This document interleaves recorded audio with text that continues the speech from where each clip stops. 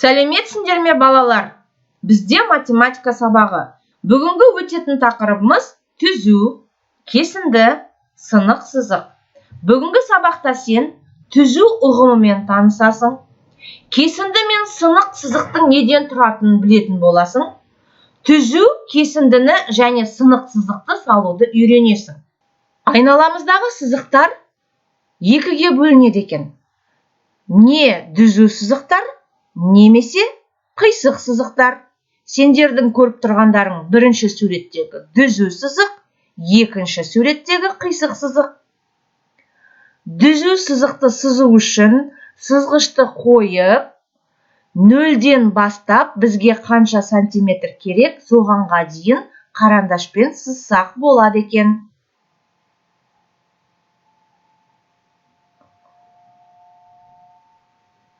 Ал қисық сызықты сызу үшін бізге сызғыштың қажеті жоқ.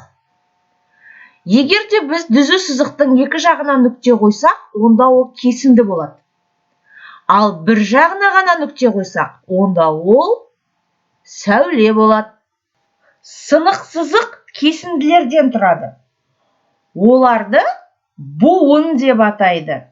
Яғни әр кесінді әр түрлі жазықтықта болады. Бір түзу жолдың бойында болмайды.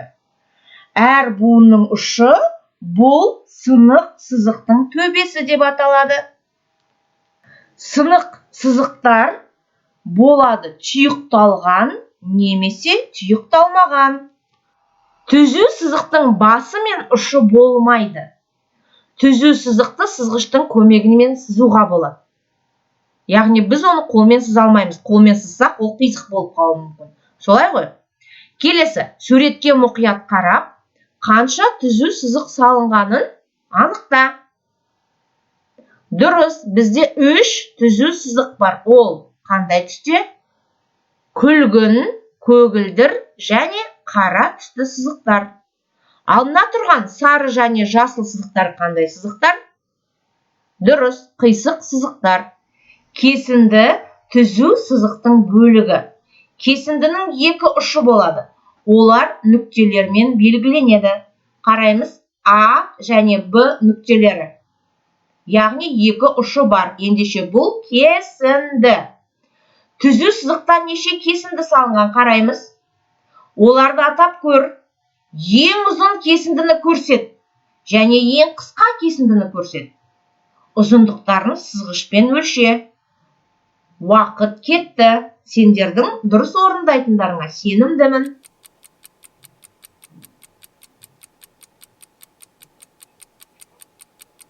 Жақсы, дұрыс жауап пен өз жауаптарыңды салыстырып көріңдер. Бұл түзу сызықта 3 кесінді бар. А және Б, А және С, Б және С. Ал ең ұзын кесінді ол А және С екен. Тамаша, кім тапсырманы дұрыс орындады? Жарайсыңдар. Сынық сызық кесінділерден тұрады. Оларды буын деп атайды. Әр буынның ұшы бұл сынық сызықтың төбесі. Қараңдар, әр буынның ұшы ол төбесі. Үйге тапсырма. Сынық сызықтарды қандай топтарға бөлуге болады? Әрбір сынық сызықтың қанша буыны мен төбесі бар? Есептеп, санап, дәптерге жазсаңдар болады. Осымен сабақ аяқталды. Жақсы, сау болыңдар.